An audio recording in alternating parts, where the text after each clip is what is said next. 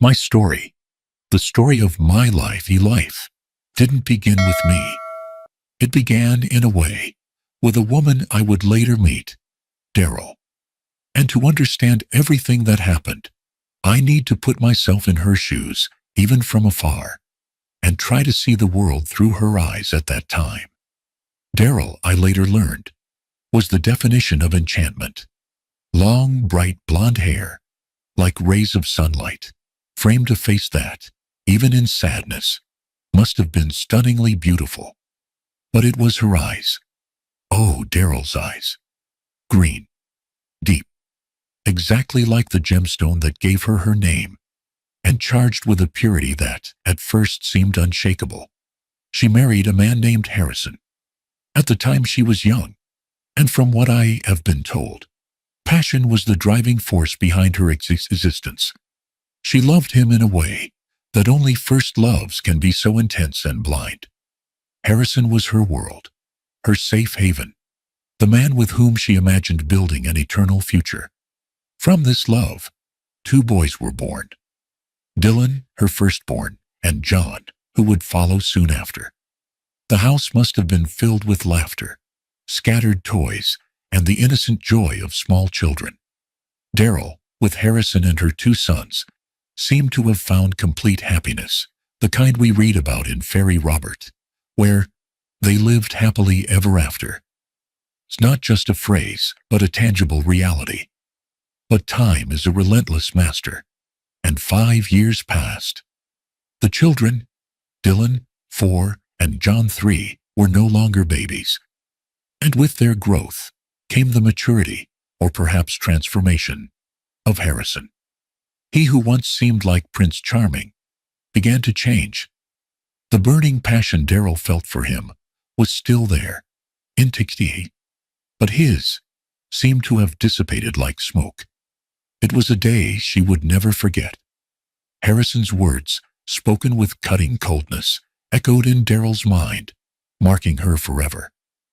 "This isn't what I want, Daryl," he said, his voice like thunder, shattering the serenity of her world. "I feel suffocated. Being a father and a husband, I no longer have time for myself." Daryl, heartbroken, felt the world crumble around her. The woman she loved intensely, who had dedicated her life and dreams to Harrison and the family they had built together, couldn't understand. Tears streamed down her face, hot and abundant, like a river overflowing. She begged, using every fiber of her being to plead with him not to leave her, not to abandon the family. "Please, Harrison, don't do this. I love you. Don't leave us," she must have said, her voice choked with tears and hopelessness. But Harrison was adamant, his decision crystal clear and cruel. He made it clear, with a brutality bordering on insanity, that he wanted nothing more to do with her or their children. Those 2 little beings, fruits of the love he once swore he felt, were now just a burden in his selfish plans. He would move on, pursuing his dreams which, in reality, were merely a mask for his own immaturity and quest for an illusory freedom. The stark truth, which he poured over her like a bucket of cold water, was that he was in love with another woman.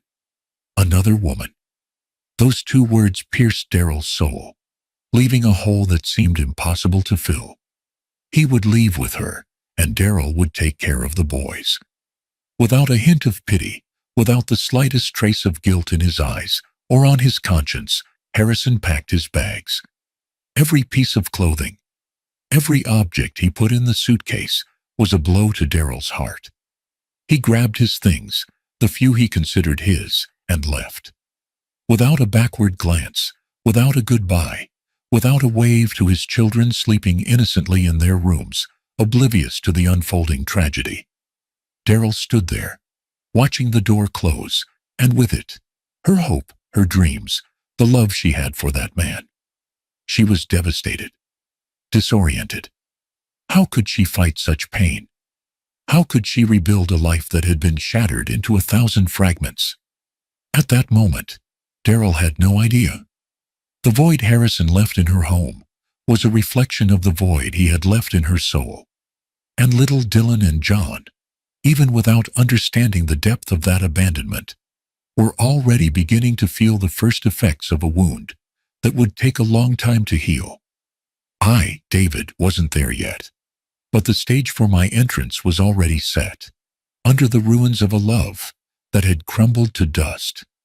A year after Harrison's departure, the air in Daryl's house still felt heavy, tinged with the melancholy left by abandonment.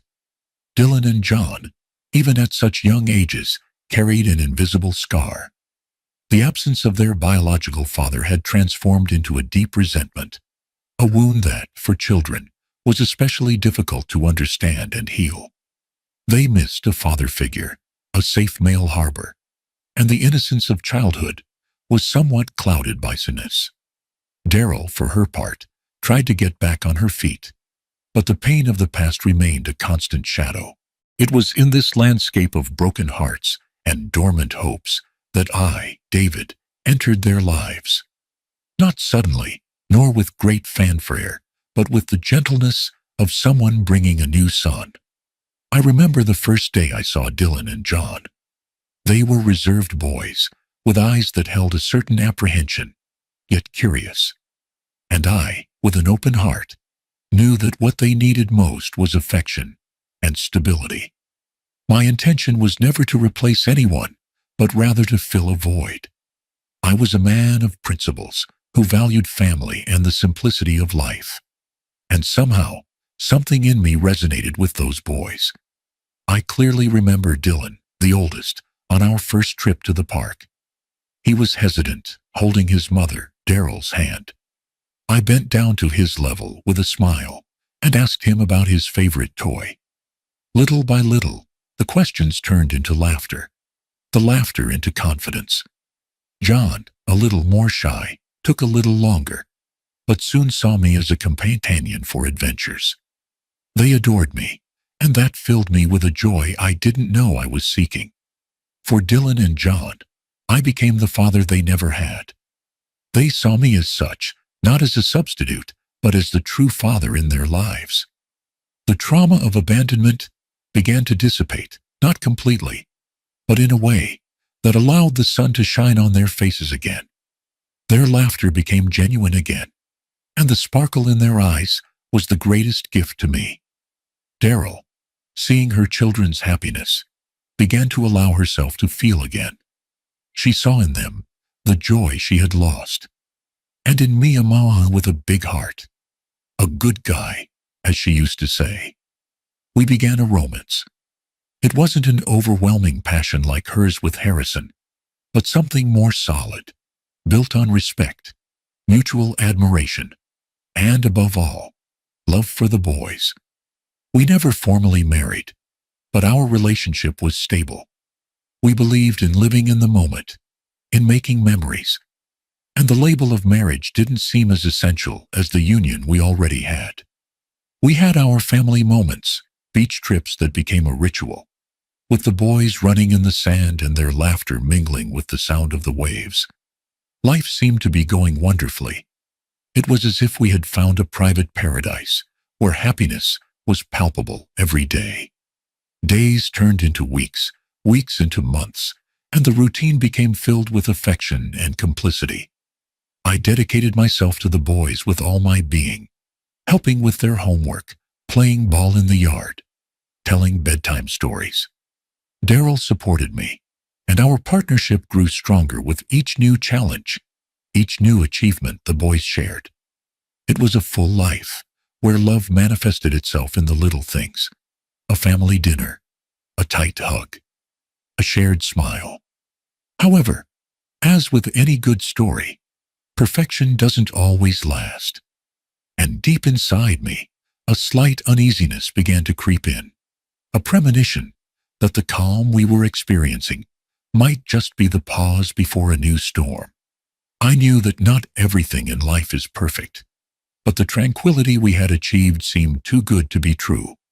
And unfortunately, time would confirm my fears. A ghost from the past, a remnant of a time we all wanted to forget, would soon return to our lives, threatening to destabilize everything we had built with so much care and dedication. I, David, still didn't know how strong I would have to be to face what was to come. 8 years had passed since Daryl and I got together, and life, which had seemed like a fairy tale for Dylan and John, began to take an unexpected turn. The boys were growing up, and fast. Dylan, the oldest, was already a 13-year-old teenager, his thoughts racing and pre-adolescence knocking on the door. John, a year younger at 12, followed in his brother's footsteps, absorbing the world with insatiable curiosity. I saw them as my children, and the love I felt for them only grew with each passing day. But amidst this joy of watching them mature, a shadow began to appear in our home, a shadow that came from Daryl. I began to notice the changes in her, subtle at first, but which became increasingly evident. Daryl was no longer the same woman I knew, the one who rose from the ashes with a sparkle in her eyes. She was colder, more distant, and an aura of mystery enveloped her. Her smiles, once so spontaneous, became forced, and her green eyes, which once reflected the purity of her name, now seemed cloudy, hiding secrets. Worried, I tried to approach her with all the affection and patience I had. "Is everything okay, my love? You seem distant," I asked, my voice thick with concern. But Daryl, previously so open with me, became unassailable. Her responses were harsh, almost aggressive. "Don't interfere, David. This is my business. Take care of the boys and the house," she retorted, her tone perplexing and hurt. The Daryl I knew was being replaced by a stranger, a version of herself I didn't recognize. She would leave, always beautifully dressed and made up, with a dry look, offering no explanation, and I would stand there, with a lump in my throat, trying to understand what the hell was going on. That day, in particular, was different. Daryl left as usual, with that grim expression on her face. A short time later, a knock on the door pulled me from my thoughts. I wasn't expecting anyone. When I opened it, my surprise turned into a smile. It was my brother, Robert. He was a few years younger than me, but we'd always been very close. With a wide smile and a tight hug, he greeted me. "David, I miss you so much, my brother," he said, and the warmth of his presence was a balm for the restlessness I felt. While we were chatting casually, Dylan and John, attracted by the commotion, appeared. Their eyes lit up when they saw their uncle. "Uncle Robert!" they exclaimed in unison, running to hug him. Robert was always affectionate with the boys, considering them his nephews. They adored him, and seeing them together filled me with a joy that the situation with Daryl was robbing me of. That's when the conversation took a different turn. I couldn't hold it in any longer. Dylan, John, and I started venting, telling Robert how strange Daryl had been acting these past 8 years, but especially lately. "She's been acting very mysterious, Uncle," Dylan said, a hint of apprehension in his voice. John added, "She barely talks to us, Dad. It seems like she's hiding something." I reinforced this, explaining her coldness, her unexplained departures, her distant gaze. Thalas listened attentively, his expression serious, a stark contrast to his initial cheerfulness. When we finished, he looked at the three of us, a new light in his eyes. "I know where she's going," he said, and my heart skipped a beat. "I know what's happening." Those words struck me like a bolt of lightning. Did Thalas, my brother, know something I didn't? He proposed something unusual. Shouldn't we all go there? They are going to surprise her. I'm sure it will make you all happy. I questioned, of course. My mind was buzzing with questions. "A surprise? Robert, are you sure? What's really going on?" The concern in my voice was evident. Then Robert looked me in the eye with a seriousness I rarely saw in him. "David, words don't speak, actions speak louder. You need to see it for yourself. You need to see Daryl's actions firsthand to understand." The curiosity and uneasiness that already plagued me intensified with my brother's words. He wouldn't elaborate, but his conviction was so strong that it made me make a decision. Even with a latent fear, I needed to know the truth, whatever it might be. I decided to do as Robert said. I looked at Dylan and John, who were watching us anxiously. "Let's go, boys," I said, trying to convey a confidence I didn't fully feel. The three of us left the house, walking somehow, happily, like father and son. Robert guided us with an address, a place he apparently knew well. With each step, anxiety grew in my chest. I was about to discover something Robert insisted I needed to see to believe. With the address in hand, we arrived at the indicated location, unaware that what awaited us there would change our lives forever. Then the three of us, Dylan, John, and David, arrived. The address Robert had given us led us to a square, not just any square, but a beautiful one, with leafy trees and inviting benches, which felt like an oasis of tranquility.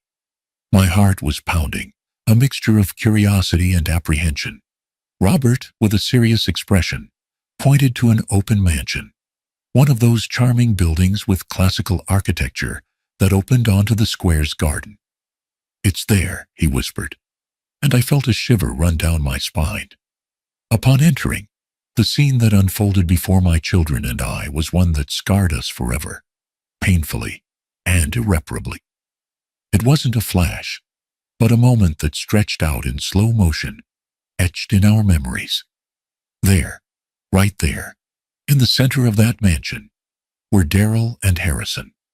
They were clinging to each other, hugging and kissing, as if the world around them didn't exist. The air felt thin, and the sound of my own blood pounding in my ears drowned out all other noise. My mind tried to process it, but the image was undeniable, brutal.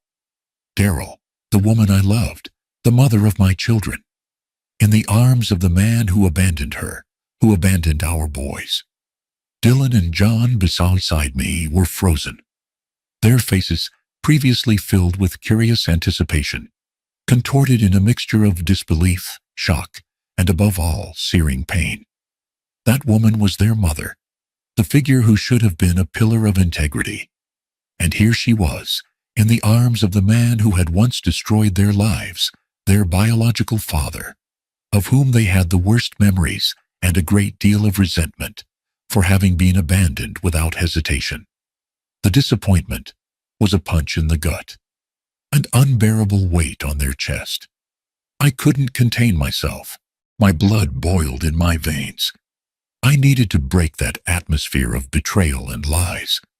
I clapped loudly, the sound echoing in the mansion and attracting the couple's attention. "Very beautiful, isn't it?" My voice rang out, laden with a bitter sarcasm I hadn't even known I was capable of. I looked directly at Daryl, and the words came out sharp as blades. "You've turned out to be a nobody, Daryl." When Daryl looked up and saw us, me, her husband, and her children, witnesses to her adultery, her face paled. Shock hit her hard. Her entire family was there, seeing the naked truth. She was shocked, paralyzed. At first she tried to explain, her voice breaking, her eyes wide with nervousness. "It's not what you think, I can explain." It was Dylan, my Dylan, with the courage of a wounded teenager who broke the ice of the lie. "Stop pretending and dissembling, Mom," he shouted, his voice shaking with anger and hurt. "We've seen it all." Dylan's words cut through the air, and John, his brother, added, his voice choked with disappointment.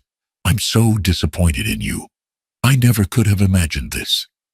The boy's words struck Daryl like knives, one after another, piercing her flesh, her soul. Tears welled up, hot and uncontrollable. She tried again, her mouth open, but the words stuck in her throat. There was no excuse, no hiding the truth. I stepped closer, anger mixed with a deep sadness overwhelming me. "I never imagined you were such a weak woman, Daryl," I said, my voice low but full of contempt. "So lacking in self-respect, and completely without scruples about betraying me. And worse still, with the man who abandoned you and your children. Her hypocrisy was nauseating. Dylan, again, with pain and anger exposed in his eyes, said in no uncertain terms, "You are nothing but shameless and immoral, mother." John next to him added, his voice choked with tears, "You destroyed a beautiful and structured family for an affair with the man who abandoned us." The words hurt Daryl deeply. In tears she begged, "Don't talk to me like that. I'm your mother. Respect me." But respect for me wasn't something to be demanded. "Respect is earned, Daryl, not imposed," I replied firmly. "And you will pay dearly for it." The decision was already made in my mind, clear and painful. I'm going to file for divorce. And my children stood by me and made it clear to their mother that they would never abandon me and would even die for me. But Daryl no longer had a place in their lives. With that said, without another word, I took Dylan and John's hands, one in each, and we walked away. We left Daryl behind in her act of betrayal. As we walked away, Harrison, the biological father of my children, simply laughed. A cold, unscrupulous laugh that echoed in my ears. Daryl then turned to Harrison, tears streaming down her face, her voice choked with pain and venal hope. "Now that David is divorcing me, we can be a family again, can't we? Everything will be different. We can be together again. In time I'll convince the boys to accept the royal family, as it was as before." But Harrison, with the cruelty only a selfish man can muster, uttered the words that would devastate Daryl even more, that would completely shatter her. "How stupid and foolish you are to believe in being a family again," he said with cruel scorn. "Everything I said to you, those false promises were all lies. I was just playing with you. Everything I said was lip service." Daryl couldn't believe it. She had left everything behind, lost me, our family, the respect of her children, all for nothing. For a lie, an illusion. Harrison humiliated her even further with harsh and cruel words, calling her a smitten fool. And then, without any remorse, he withdrew, turning his back on her. While Daryl cried out for him to come back, she lay there, destroyed, abandoned, in that square. The scene of her betrayal became the stage for her own downfall. Dylan, John, and I walked home, each step filled with pain, but also with a new clarity. The truth, however cruel, had been revealed. When Dylan, John, and I arrived home, the atmosphere was tense. The scene in the square was still vivid in our minds, the shock, the pain, the disappointment. We had barely entered when there was Robert, my brother, who had returned before us. He watched us with restrained seriousness, knowing what we had witnessed. "Robert, you won't believe what we saw," I began, my voice hoarse with emotion. I told him every detail, every word Daryl said, every cynical laugh Harrison gave. With each sentence, anger and sadness mingled within me. When I finished, Robert simply nodded, his eyes fixed on mine. It was then that he admitted, his voice heavy with regret, "I already knew about the betrayal, David." I was surprised. "But why, Robert? Why didn't you tell me the truth before?" My chest tightened at the thought that I might have been spared some of this pain. He sighed. "Because if I told you, David, you wouldn't believe me. Even if I showed you the evidence on my phone, Daryl might counter. She'd try to fool you against me, saying it was all a setup, that I was jealous of your happiness. You had to see it to believe it. Words wouldn't be enough." Robert explained that he had discovered the betrayal accidentally, perhaps through a slip-up on her part, a chance encounter he'd witnessed, or even some clue Daryl, in her deception, had missed. He wanted to tell me, but he knew I was deeply in love with Daryl, and in the blindness of love, I would never believe it. I would think everyone was jealous of our happiness. And indeed, he was right. I recognized my own emotional fragility, my tendency to believe the best in people, especially those I feasted. But after that brutal discovery, I promised myself I would be a stronger, more perceptive, less naive man. At that moment, in our living room, the four of us, me, Robert, Dylan, and John, made a silent promise, an alliance of mutual aid, of unconditional support. We were in this together. A few hours later, Daryl arrived. The sun was already setting, tinting the sky orange, but the atmosphere in our house was chilly. As she approached the door, she saw the surprise that awaited her. Her suitcases and belongings were there, in front of the house, an undeniable symbol that something had drastically changed. She knocked on the door, her expression confused, her face still streaked with recent tears, but with a trace of indignation. "What does this mean?" she asked, her voice trembling. John, my sweet John, who had suffered so much from his biological father's abandonment, and now from his mother's betrayal, was the first to leave. His voice, once timid, now rang with a firmness that filled me with pity.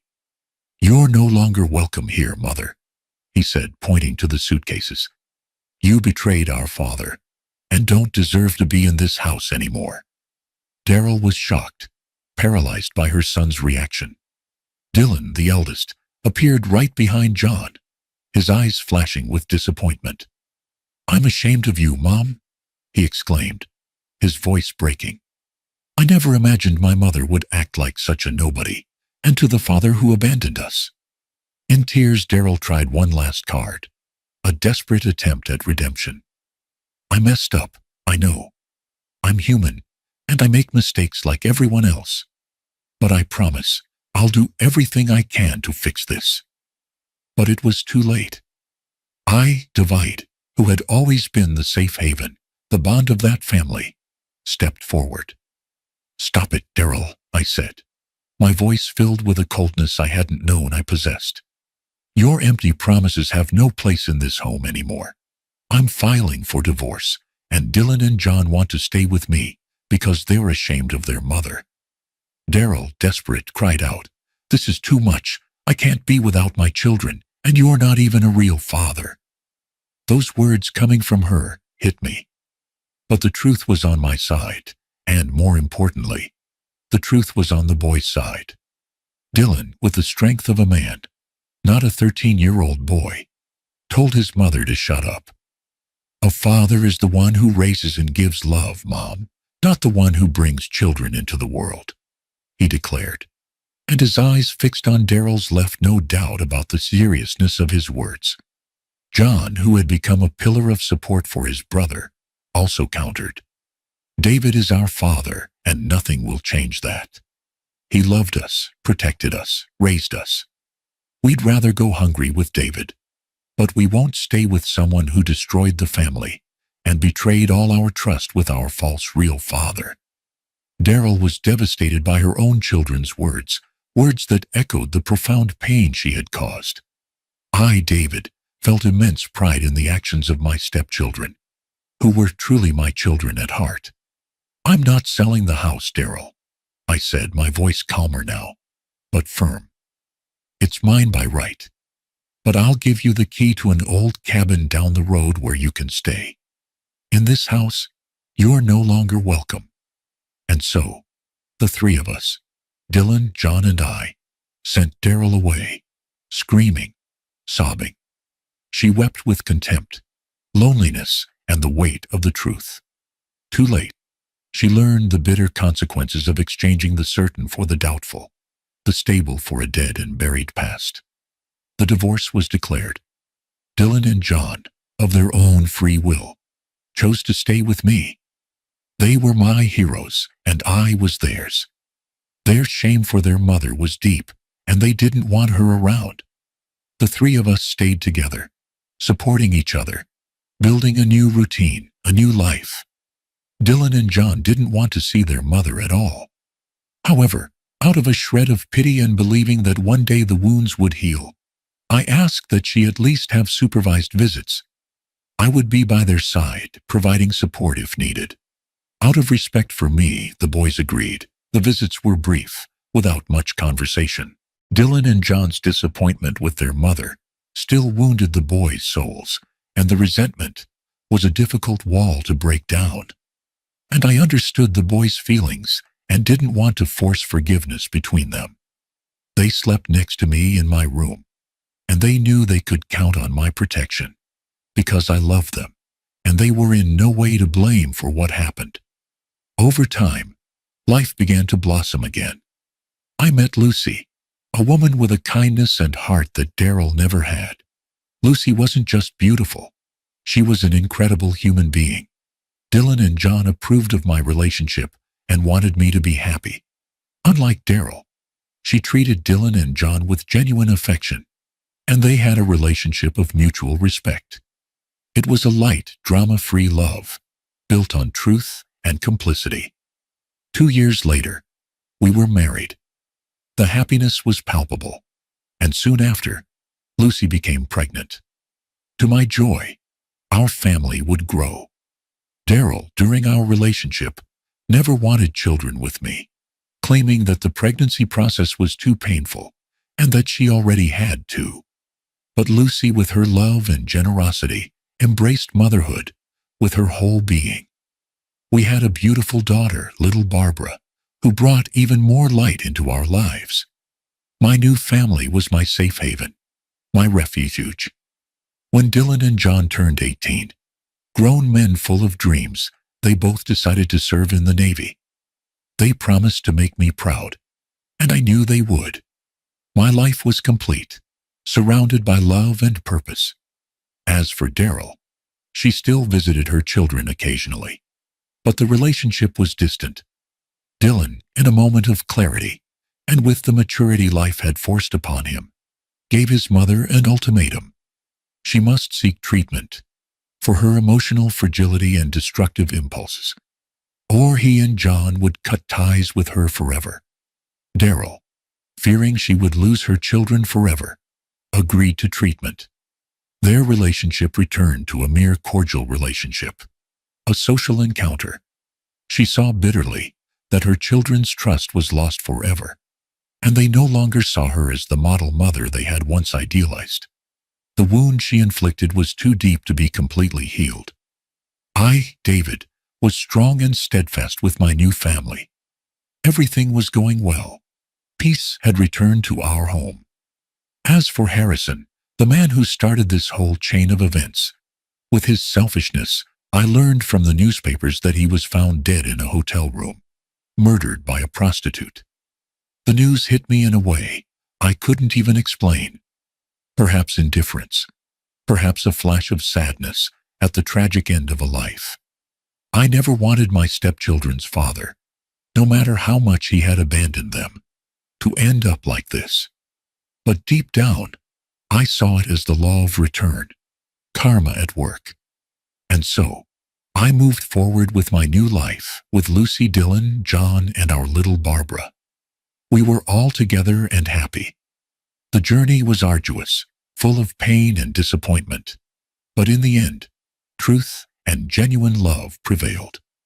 The story of David, Daryl, Dylan, and John teaches us a bitter truth. The past, once dead and buried, must remain that way.